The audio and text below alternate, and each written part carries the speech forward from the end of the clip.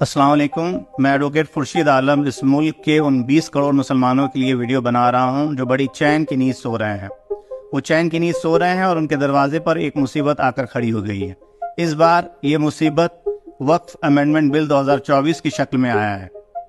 BJP government ने parliament में मौजूदा वक्फ एक्ट में बदलाव करने के लिए ये बिल पेश किया है। क्या हो जाएगा अगर ये बिल पेश हो गया तो? क्या हो जाएगा अगर ये बिल एक कानून बन गया तो? अगर ये बिल कानून बन जाता है तो आप ये यकीन कीजिए कि मुसलमानों की जो वक्फ जायदाद है, वक्फुल्लाह, ऐसी जायदाद जो उनके पूर्वजों ने अल्लाह के राह में दे दिया, उस जायदाद से, उस मिल्कियत से लोगों का भला हो, इस कौम का भला हो, इस देश का भला हो, ऐसे जायदाद पर सरकार की नजर है। इस बिल के कानून बनने के बाद हमारी हजारों लाखों मस्जिदें, हमारे खानकाहें, हमारे मदारिस, हमारी कब्रिस्तानें और बहुत सारे जो मिली तंजीमें हैं, उनकी जायदाद को आसानी से सरकार हड़प लेगी। ये पहली बार नहीं है कि बीजेपी की केंद्र सरकार ने मुसलमानों को परेशान करने के लिए एक ऐसा बिल पेश किया है।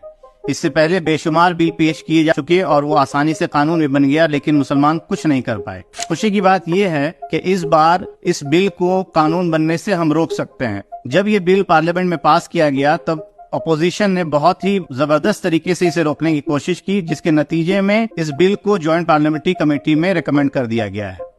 ऐसा नहीं है कि ये बिल कानून बनने से रुक गया है, बल्कि एक छोटा सा पॉज लगा है। अब हम इसे कानून बनने से कैसे रोक सकते हैं? ऐसी सूरत में एक आम आदमी क्या कर सकता है?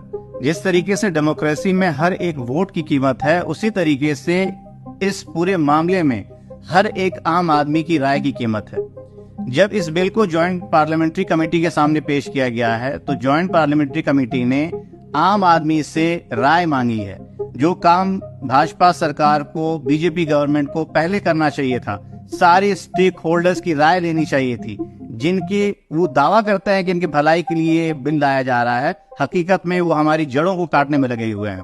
ऐसी सूरत में जब आपके सामने एक नोटिस आया हुआ है, 13 सितंबर तक आपको अपनी राय देनी है, क्या 20 करोड़ मुसलमान में से 50 लाख भी ऐसे नहीं हैं जो अपनी राय को ईमेल के जरिए, खतों के जरिए, एक डेलीगेशन के जरिए ज्वाइंट पार्लियामेंट्री कमेटी तक पहुंचा सकें? हम जानते हैं कि ये पूरा काम बहुत ही टायरिंग है। आप कैसे एक मेल को बनाएंगे, किस तरह से अपनी बात को रखेंगे? हमने आपके काम को बहुत ही आसान कर दिया है। हमारे पास एक खाका तैयार है। उस खाका में हम क्या कहना चाहते हैं सरकार से, हम क्या कहना चाहते हैं ज्वाइंट पार्लियामेंट्री कमेटी से, वो सारी चीजें लिखी हुई हैं। सिर्फ आप स्क्रीन पे दिए हुए QR कोड को स्कैन कीजिए या फिर लिंक को फॉलो कीजिए और ये लिंक आपको आपके ईमेल बॉक्स तक ले जाएगा। वहां से आप बड़ी आसानी के साथ मेल भेज सकते हैं, अपने एहतजाज को, अपनी राय को दर्ज कर सकते हैं। 20 करोड़ में से 50 लाख, ये काफी होगा इस बिल को यही खत्म करने के लिए। हमें मांग करनी है पूरे बिल की रिजेक्शन की, ना सिर्फ एक क्लॉज, ना कि 2 क्लॉज, बल्कि पूरा का पूरा बिल।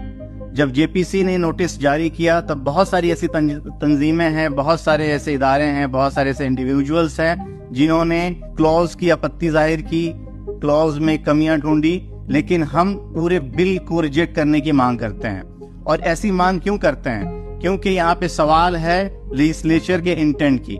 इससे पहले जितनी भी हिस्ट्री देखी जाए, वो चाहे ट्रिपल तलाक बिल हो या फिर वो सिटीजन अमेंडमेंट बिल हो, एंटी कन्वर्जन बिल हो, सब के सब बिल में लेजिस्लेचर के इंटेंट पे बहुत बड़ा सवालिया निशान खड़ा हो चुका है।